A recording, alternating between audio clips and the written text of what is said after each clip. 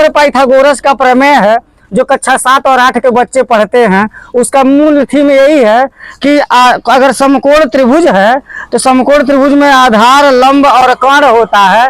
तो आधार पर अगर हम वर्ग बना देते हैं और लंब पर वर्ग बना देते हैं और कर्ण पर भी वर्ग बना देते हैं तो पाइथागोरस थ्योरम ये कहता है कि आधार पर बने वर्ग का क्षेत्रफल लंब पर बने वर्ग का क्षेत्रफल का जो योग है वो कर्ण पर बने हुए क्षेत्रफल के बराबर होता है। तो बच्चे इसको न्यूमेरिकली आंकिक मान लेकर के 3, 4, 5 या 6, 8 और 10 इस तरीके का अंक लेकर के उसको प्रूव करते हैं।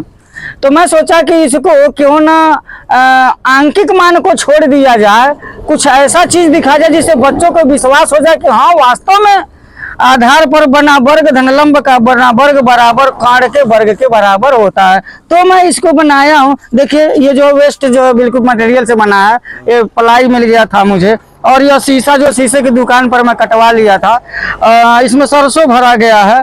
तो ये बात है कि देखिएगा यहाँ आधार का वर्ग, ये आधार पर जो वर्ग बना है, लंब पर वर्ग बना है, और इसको अगर हम दिखाना है कि कर्ण पर बने वर्ग का क्षेत्रफल आधार और लंब पर बने वर्ग के क्षेत्रफल के बराबर है, बस बच्चा इसको ऐसे कर देगा, पूरा भर जाएगा। हाँ पूरा ये भर जाएगा। इसमें थोड़ा सा साथियों बरसात का मौसम है, ये थोड़ा सा नम हो गया है, नमी उठा लिया है, नहीं तो ये जो बड़ा आसानी से इसमें जो है आकर के गिर जाता है। आप देख पा रहे हैं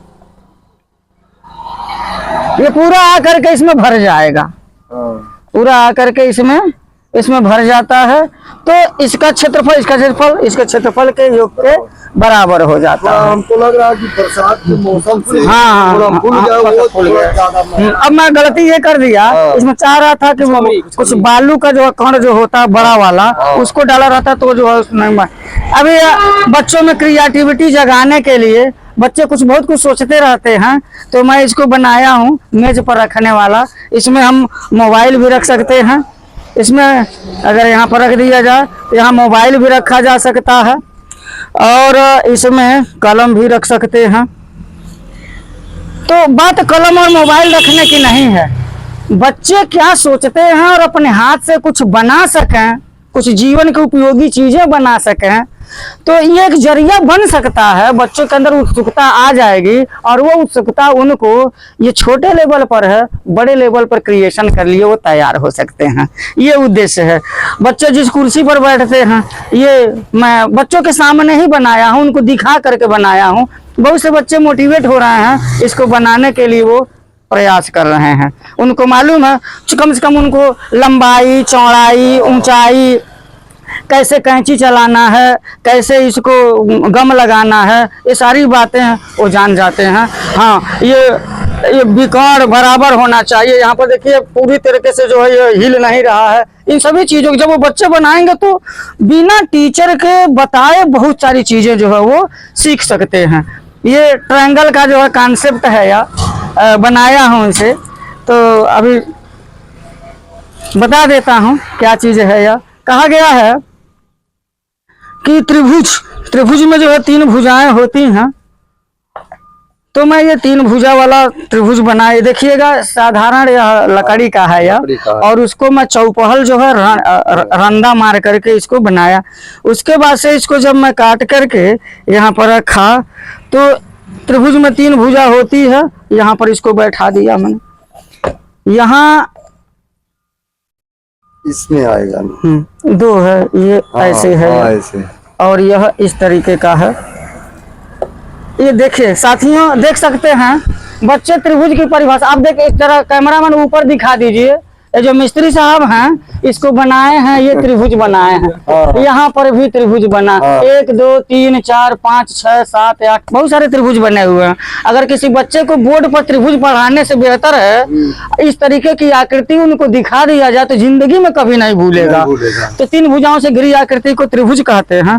तो ये जो त्रिभुज है हमारा, हमने इसकी परिभाषा दिया बच्चों को, रटा रटा परिभाषा बता दिया जाता है। 3 भुजाओं से घिरी आकृति को त्रिभुज कहते हैं। वो छोटे बच्चों वाला परिभाषा है। जब बच्चा 9th और 10th में जाता है तो संरेख और असंरेख का कॉन्सेप्ट आ जाता है। एक बिंदु यहाँ है, एक बिंदु यहाँ है, एक बिंदु इसको छोड़ दीजिएगा, इसको मैं पकड़ने के लिए बनाया हूँ। 3 बिंदु है या तीनों बिंदुओं को अगर हम मिला देते हैं तो एक आकृति बन जाती है। इसी आकृति को त्रिभुज कहते हैं।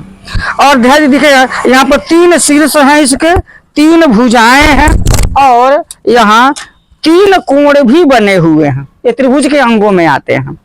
तो हमने उसको संगीतबद्ध करके भी बताया। उसे कुछ बच्चे हमारे संगीत प्रेमी होते हैं, बड़ा साइंस सीखते हैं, तो हमने बताया 3 असंरेख बिंदुओं को जब क्रमशः मिलाते हैं, 3 असंरेख बिंदुओं को जब क्रमशः मिलाते हैं, जो आकार बनता है उसे त्रिभुज कहते हैं।